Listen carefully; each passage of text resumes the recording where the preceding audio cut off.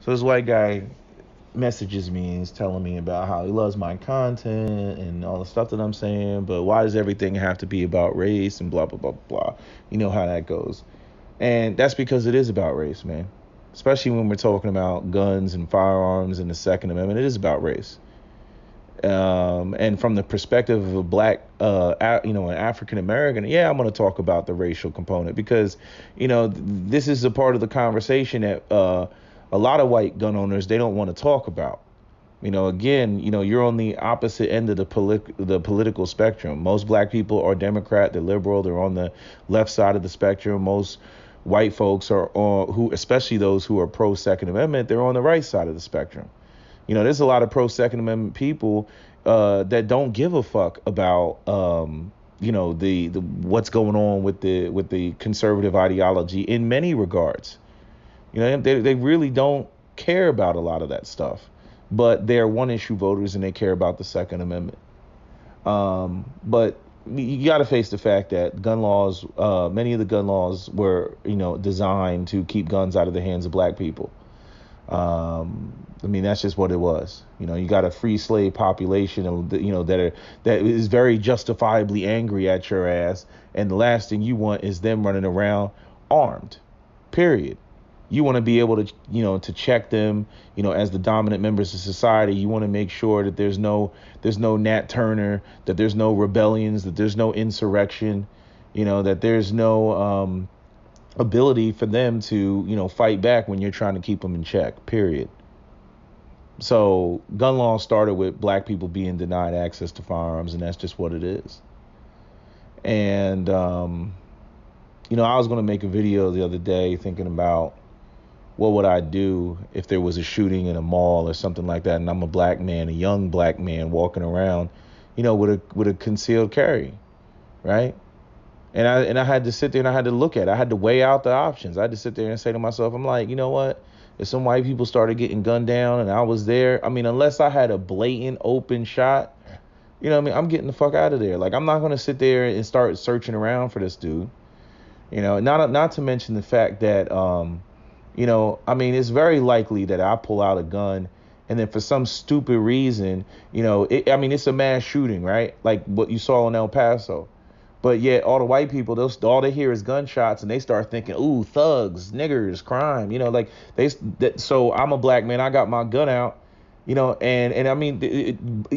things like body language would be completely ignored. I remember James Yeager made a video about that. Like if you're in a situation and you're trying to figure out who's the active shooter, he was like, well, if you see somebody with a gun and they're ducking and weaving and looking for cover, that's not your active shooter. Your active shooter is going to be bold and brazen and standing up, and he's looking for targets, and he's going to be, marching around very aggressively, because he's looking for people to shoot.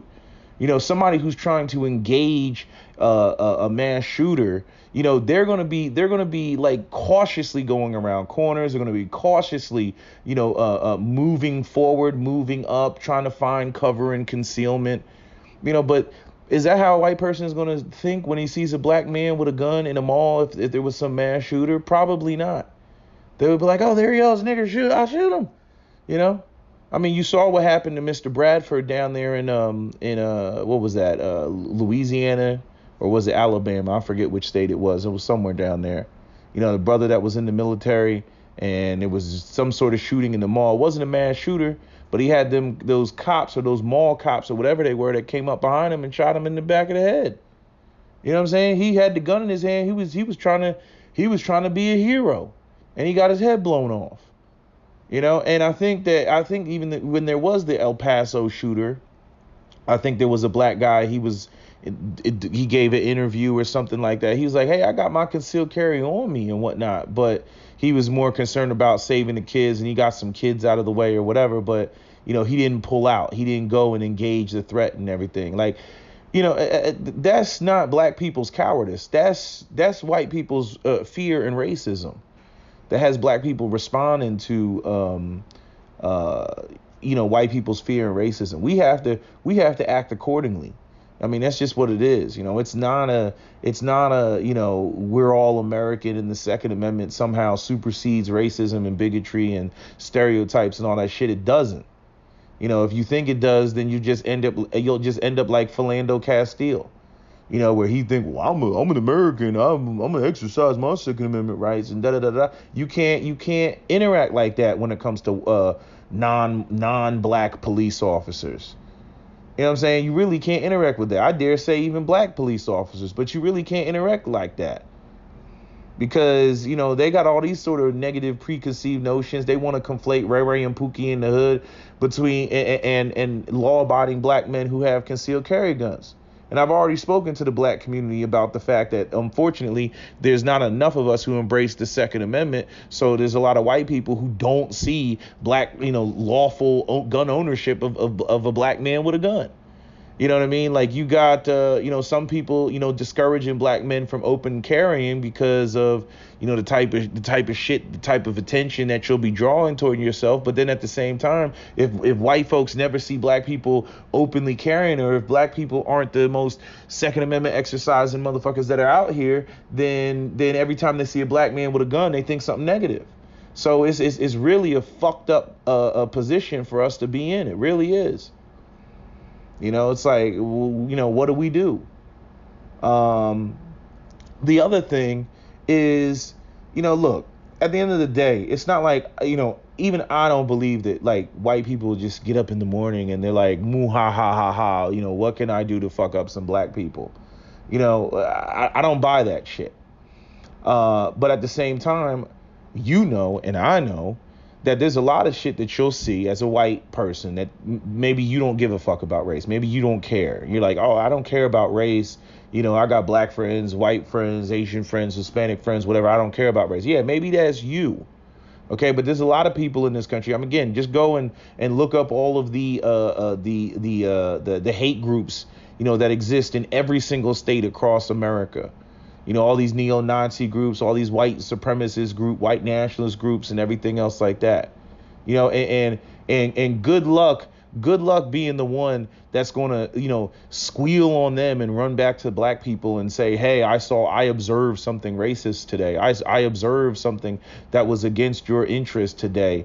They're going to call you a traitor.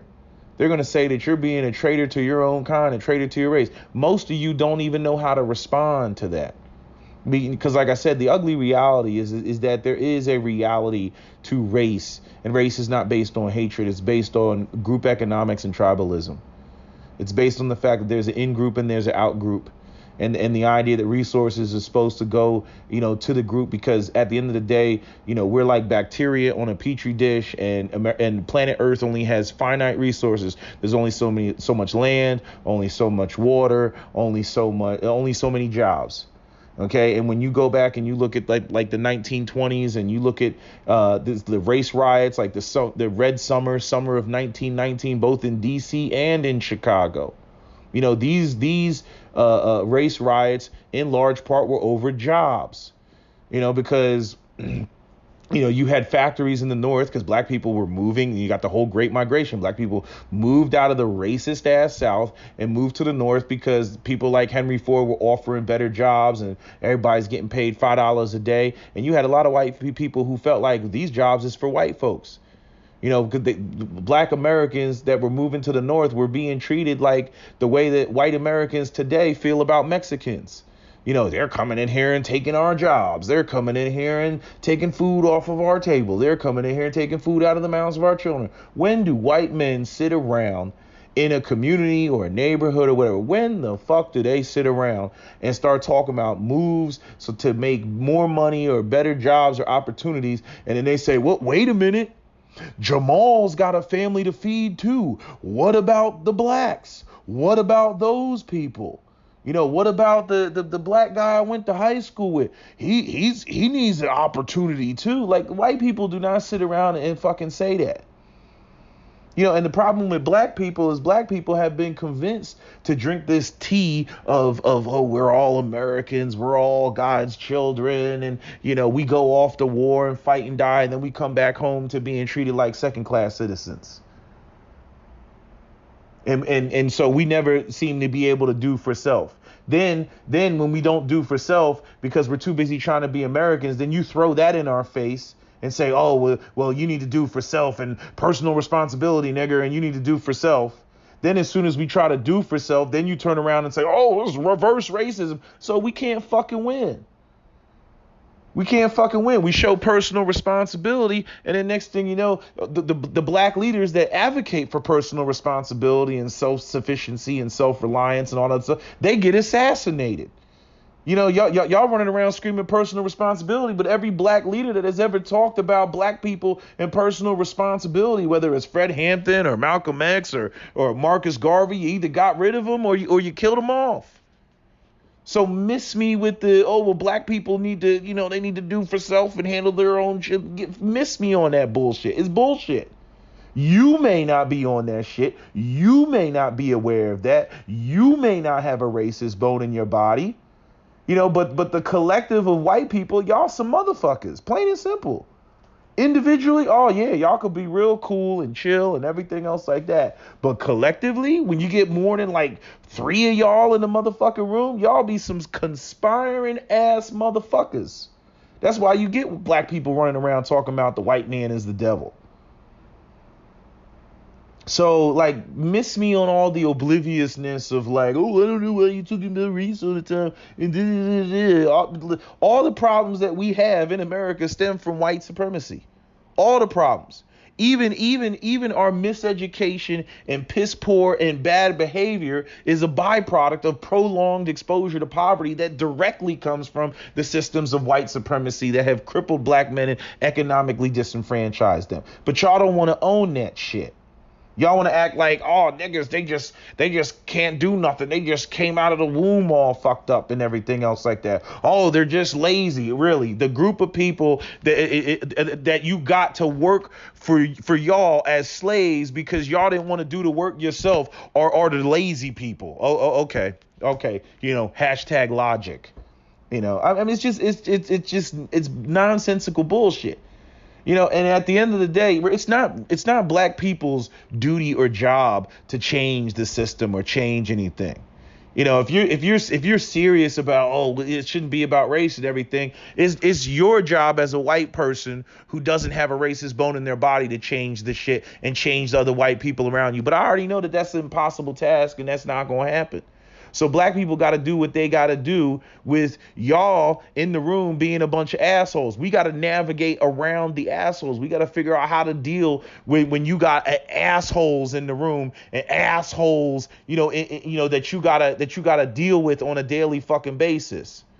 And again, every time black people say, oh, we going to go and we going to deal with the assholes and try to come up with ways to circumvent y'all bullshit, then, oh, it's reverse racism. Oh, it's like they got the Nation of Islam over there, as a hate organization.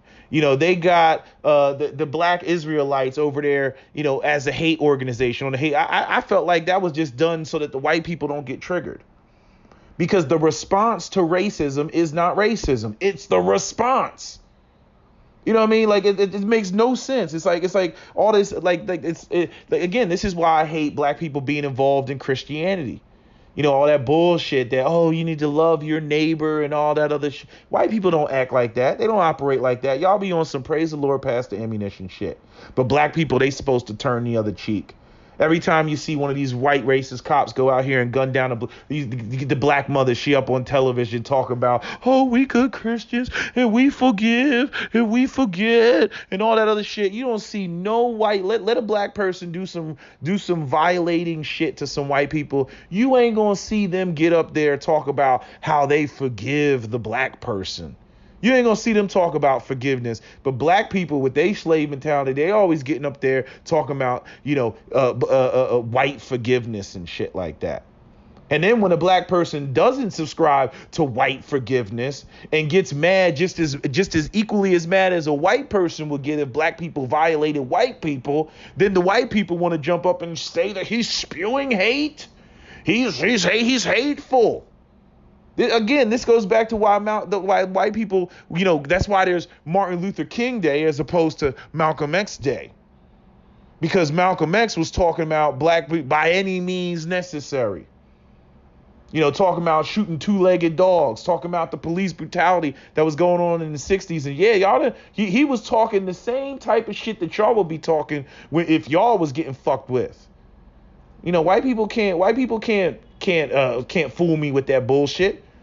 The damn colonists were a bunch of revolutionaries. The colonists were a bunch of white folks that were sick and tired of being sick and tired. And what did they do? They had a fucking war. And revolutions are bloody. This is one of the things that irritates me about people talking about the Second Amendment and how it's about recreation. It ain't about fucking hunting. It's about shooting the goddamn motherfucker that's fucking with you and bringing so much goddamn tyranny to the point that you can't take it anymore. That's what it's about. It's not about all this bullshit about hunting and enjoying the freaking Yosemite National Forest or some bullshit like that. It's not about that. It's about fighting a goddamn tyrannical government. And the American system has been more tyrannical to black people than any other group of people in America, with the exception of like maybe Native Americans and shit. But hell, they at least got something. They got some land. They got some casinos. They got free college. They got tax exemptions and shit like that. They got billions of dollars sitting there waiting for them in a damn pot. Which is why y'all want to mark, what the percentage DNA is for Native Americans, but African Americans can be one drop ruled to death. Yeah, because it hasn't been established that black people are owed anything. So y'all just sitting around waiting for, black people to breed themselves out and become racially ambiguous and sit up there like Trevor Noah, where he can't demand reparations for slavery because he's 50% Caucasian. You see?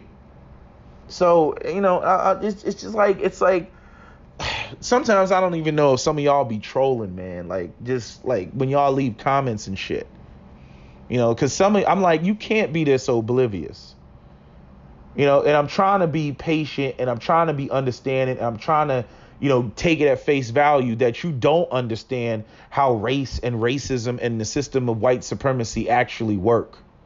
And you really do just walk around clueless. I have to believe that most white people walk around, with a degree of cluelessness because y'all can't even get y'all class shit straight. You all are oblivious to the system of classism in America, even amongst just white people. You all don't recognize when you're being screwed over. So I'm like, okay, if they're not bright enough to recognize when they're being screwed over economically, what hope do I have that they're going to understand the complexities of race, which still have the same system of class baked into it? Still the same thing. But again, instead of y'all joining forces and forming Voltron with the poor working class black people that are in the same boat as you all run around with that sort of white now. This is America. We got to preserve America. And America is for white people. And this is a Christian nation. And blah, blah, blah, blah, blah, blah. Y'all run around with that bullshit. So nobody can sit around and have a conversation with you. And then, again, on top of that, black people hear that shit. They hear all the coded language and all the stuff that y'all talking. And they like, oh, yeah, we know what this is. It's that same old, because a lot of white people, they got superiority complex when it comes to black people. If they start seeing black people do well, that's why he's got all these white men blowing their heads off and shit like that. You know what I mean? The white men were promised upward mobility. They believe that, that they're supposed to be in a particular spot in a particular location and all this other stuff. And, the reality that the freaking Wizard of Oz curtain on that is being lifted. It's being lifted. And so a lot of white men can't handle that. The changing markets, the deindustrialization of America, the whole, then they come through and then they start dismantling, white masculinity or white male positive identities about being a man and start saying that, throwing Gillette commercials at you and everything else like that. Please. The white men can't handle that shit. I'm not even saying black men are all particularly better. They got the fucked up promotion in the media with hyper masculinity, and then but then by the same token, black men are used to delayed gratification. Almost to the point of hopelessness paralysis, which is also a damn problem. Where there's just this level of low expectation that black men accept for themselves. Where they're like, oh man, we can't do this, we can't do that because the white man ain't gonna let us. And that's not something that like black people just made up. Again, every time black people had a black leader or had a black person doing big things, Y'all came in and y'all dismantled it. Black people had Martin Luther King, Malcolm X. Y'all had to take them out. Fred Hampton, you had to take him out, right? There's another brother that I forget his name, Black Panther that got taken out. He even came out the house naked with his hands up. The cops still gunned him down. You know, y'all just want to ignore the shit. You know, we had black communities, intact, thriving black communities. They were burnt down to the ground. You know, the Tulsa, Oklahoma, Springfield, Illinois, Omaha, Nebraska, Elaine, Arkansas. You know, Seneca Village. Y'all turned that shit into a park. You know, so black people had, you know, I mean, you talking, I mean, you got to give black folks some goddamn credit. You talking a bunch of people that are literally one generation out of slavery, and they came up with towns that got burnt down. Like I said before, it's not like white people burnt down nothing. They burnt down thriving communities. So black people were doing shit. You know, it's like, damn, like, you know, they said, I mean, the audacity of somebody to sit there and say, oh, y'all never accomplished anything. Well, then what the fuck did you burn down? What did you burn down? Yeah, that looks like a whole bunch of the ashes of accomplishment to me. Fuck out of here. You know, it's just the disconnect is just mind boggling, you know. But again, I'm not trying to come at you. I'm just saying, like this is the disconnect. Like it's like y'all keep coming with these canned ass responses because y'all don't critically think. You're just as bad as critical thinkers as many of the black people in the black community who don't critically think. You know, black people sitting around talking, oh, Donald Trump is racist, and the white supremacists, they coming out the woodwork, and Dylan Roof, and the black people that were shot in the Krogers, and the white nationalists, they on the march, they on the rise. Look at the news, look at this, look at that, and then they'd be the first ones standing out there talking about we needs gun control. We gonna give up our AR-15s. And then on top of the fact, you know, ignoring, you know, Ray Ray and Pookie's terrorizing the community and the idea of taking guns out of the hands of law-abiding African Americans who live in those same communities, as though that's going to dry up the guns so that Pookie doesn't get guns, is again another lack of critical thinking. So sick of all this emotionalism going on, emotions overriding brain cells. I don't understand that. Overriding, you know, actual critical thinking, like, let's do the math on this. But nobody does that. It's just irritating. You know? So again, I know I got a whole bunch of white people that are a lot of y'all stay in the shadows and shit. When I'm talking about that pro Second Amendment, y'all be like, yeah, brother, yeah, right on, brother. If I keep the video just about Second Amendment, y'all co-sign me like a motherfucker. As soon as I start talking about race, I see the views is there, but y'all quiet. Y'all in there like crickets, you know? Which, again, I'm not going to knock you for that. I guess that beats nothing at all. You know, but there's reasons why black people aren't all gung-ho. Because the black people, yeah, we got to have guns, but it's almost like we got to have guns in secret. We can't tell white folks what we got, how much we got, you know, what we got going on. You know, it's like, ironically, it's like Ray Ray and Pookie and the criminals in the black community. You know, if there was going to be a defense squad, they would be it. Because ironically, you can't even get the educated black men, you know, to be about the Second Amendment. It's crazy. So, you know, a lot of black people are like, well, shit, we already got illegal shit anyway. So what does it matter? We already got our stash or whatever. I mean, you know, I might be running around ranting and raving about black people being unarmed, but black people might be some of the most heavily armed people that are out there. But honestly, I don't really believe that. I believe, yeah, Ray Ray and Pookie got some pistols. You know what I'm saying? But I don't see no black men, you know, with the big boy toys.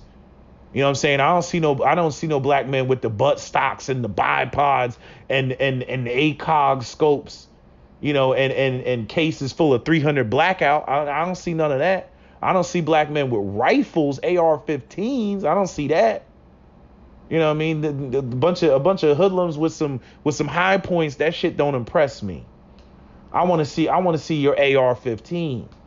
That's what I want to see. I want to see black men with AR-15s. You see, but the truth of the matter is a lot of black men are scared. They scared. Because anytime black men have a show of force, white people get scared. They get nervous. Y'all get nervous when you see black people with a show of force. As far as I'm concerned, don't start none, won't be none. But y'all sit there, why don't y'all support the Second Amendment? And then anytime black men out there supporting the Second Amendment, y'all call the cops on them. The cops come rolling up. They fucking with the brother. They doing all type of shit. That white people, the cops are doing all type of shit that they'll let a white person get away with, but they won't let a black person get away with. We've seen all the videos. Am I being detained? Am I being detained, officer? Okay, well, I'm free. I guess I'm free to go. Do you suspect me of a crime, officer? Y'all be right in front of the fucking elementary school. AR-15, AK-47 strapped to your back. Talking crazy to the police officer. And the officer just sitting there taking the shit. And then y'all post the shit on YouTube talking about, well, I showed him. As a rule, I'm not saying I've never seen a black man, give a cop some lip service and they back the fuck down. But as a rule, with black men, the cops come out, guns already drawn on the brother. Already drawn. White men, they go out there, the cop come out the car, he's like, okay, I understand you're exercising your Second Amendment rights and blah, blah, blah. They start going the whole spiel, but I'm going to have to check your ID because the residents are worried that blah, blah, blah, that you're walking around with a rifle, da, da, da, da, da, da. The way that you see these white cops interact with black men who are exercising their Second Amendment rights is not the same way that these white cops interact with white men. It's completely different. And I don't see the NRA trying to change that. I don't see the gun community as a whole trying to address that. And then you wonder why, we don't support y'all. You wonder why we just silently say, okay, well, I'm going to buy my shit and I'm going to stash it away. Whether the laws change or not, I'm going to have my shit. There's a lot of black men that think and operate like that. They don't care what the laws are. They're going to have theirs. But I don't truly think that that's a way that we should be operating. This is why you have organizations like NAGA, even though I don't know what NAGA does other than just say, hey, we here. But I mean, they don't have any political power. They don't have any lobbyists. Again, I keep trying to tell black people that America is not a democracy. It is a plutocracy. And in order to get involved in politics, you need to have businesses that generate money and then take the disposable income from those businesses to fund the things that you want, whether it's media, whether it's politics, whether it's local politics, federal politics, doesn't matter. You got to throw some money around, but we have a very backwards way of thinking when it comes to that type of stuff. Like Biggie Smalls said, he said, what did he say? Something like to the effect of, all the money I had was the money for bail or something like that. Or all the money he had for that stashed away. They're not paying off lawyers and all the type of political stuff that you got to do because they're not connected into the system like that. So they're outside of the system. Then when they get jammed up, they got nothing. I was going to make another video talking about how black men should handle the problems in the inner city, with all these Ray Rays and Pookies running around. We got major Ray Ray and Pookie epidemic in Philadelphia. And it's like I want to have a conversation with the police officers, especially the black police. First of all, we should all have majority black police officers, police in black community.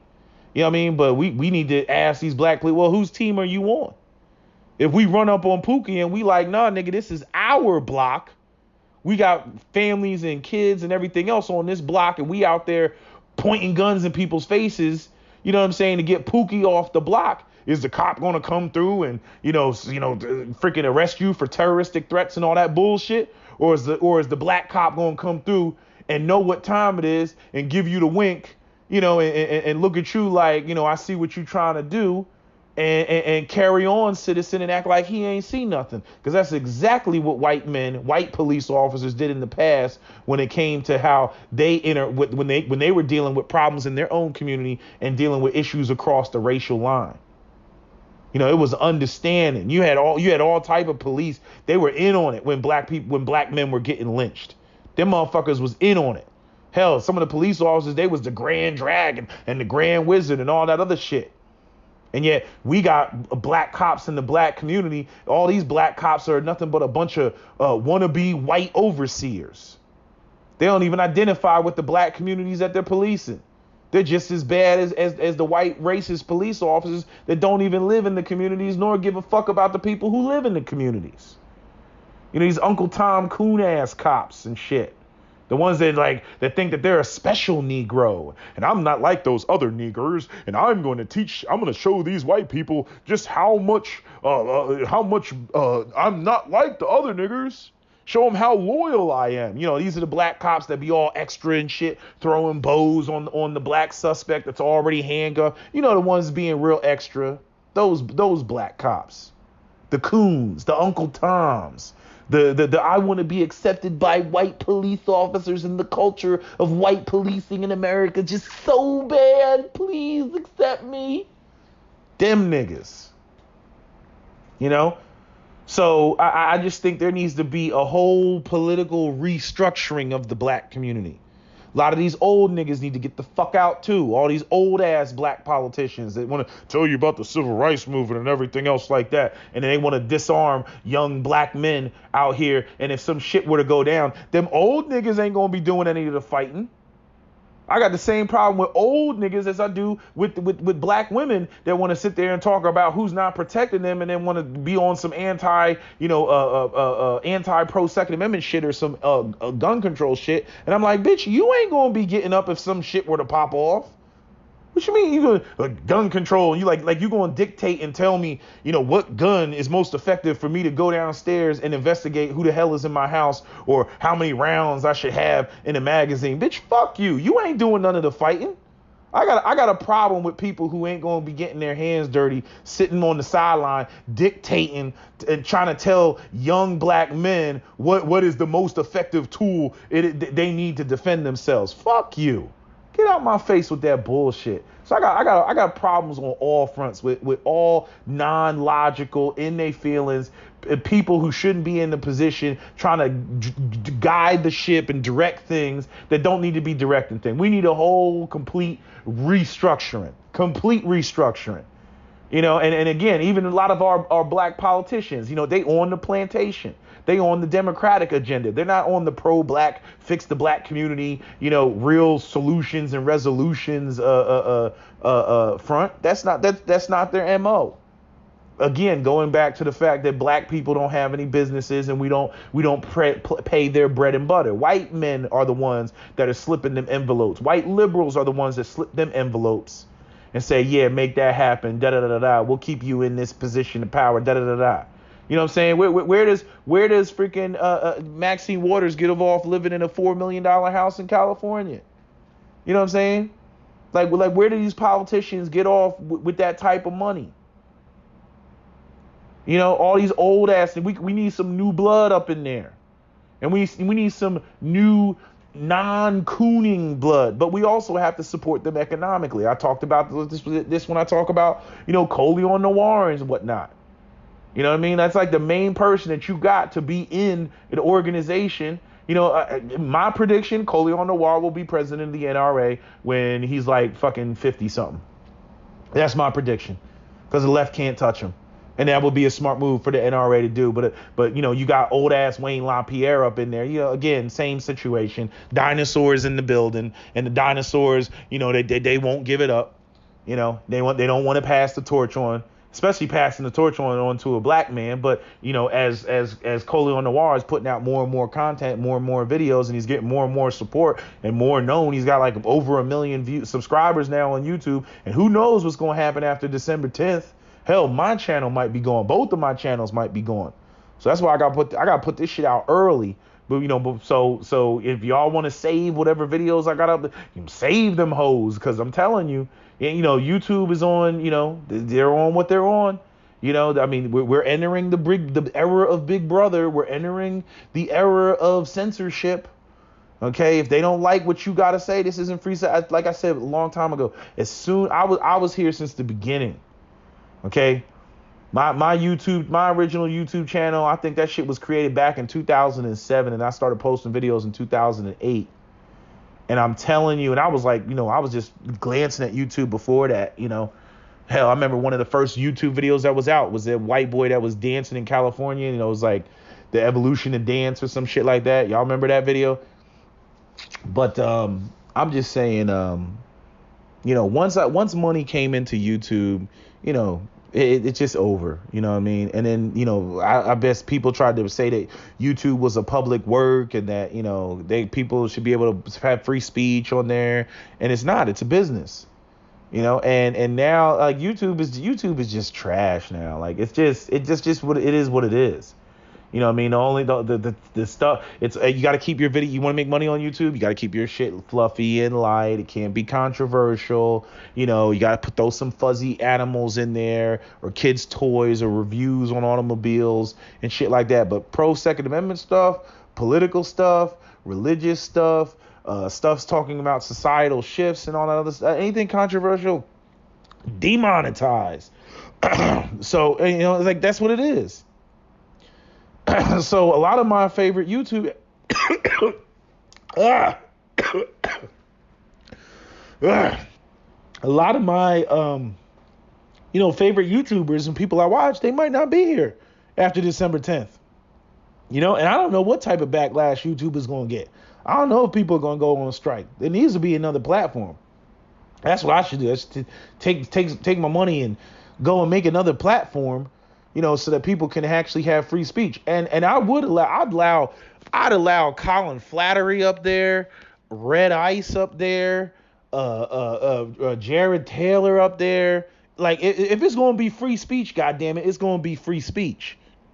You know what I'm saying? If you want to challenge what the fuck people are saying, challenge it. Break their argument down. Be like 3 Arrows or some shit like that. Like operate like that. But all this, we don't like what you have to say. I kept trying to tell people. I'm like, anytime when you have free speech, it's free speech. God damn it.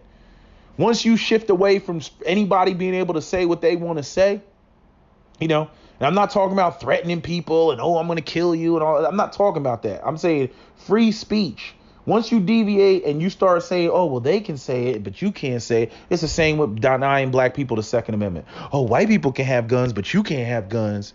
You got to have justifiable need, a good cause. Once you let the powers that be dictate who can speak and who can't speak, even if you don't like the people who can speak, that's why I hate cancel culture. You're canceled because he said this. Da, da, da, da, da. And the next thing you know, your ass gets canceled. Then people making videos crying and shit. Well, I don't understand. My content is not hateful. I don't understand. And YouTube's guidelines are just so ambiguous and you don't know what you can and cannot do. People start crying and shit because they shit got taken down. I'm like, I told you. Try to tell you. If you don't want to listen to the person talking all the shit that you don't like, don't listen to it.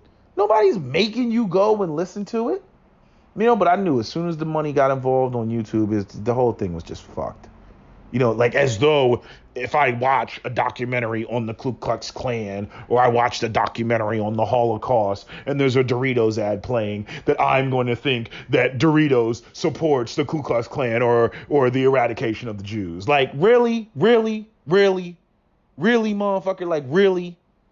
So I believe that I see a Honda ad and I believe that now supports, a Red Ice video because the video is monetized with this ad that plays just like regular television. That's like watching a movie about murder, and because there's a Pampers ad, during the commercial break of a show about murder like CSI. Oh my God, Pampers supports murder. Oh my God, why are we watching this? Oh my God.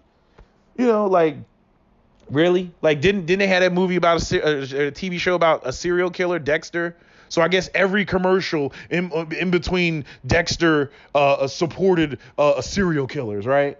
It's just like we just entered this like snowflake ass world. Everybody's just all sensitive in their fucking feelings and emotions. Oh God, I just can't stand the way the world is today. I just can't stand it, Which is partially why, like, if I get shut down or, I'm just gone or whatever. I'm partially welcoming it. Yes, I like to speak my mind and all that, but I'm partially welcoming it. You know what I mean? Because this atmosphere is not conducive to free think and free thought and free exchange of ideas. That has been totally gutted and destroyed by the corporate entities. And the corporate entities, the capitalists, like I said before, they are the oligarchs. The capitalists got rid of the monarchies. The nobles became the capitalists and then got rid of the monarchs.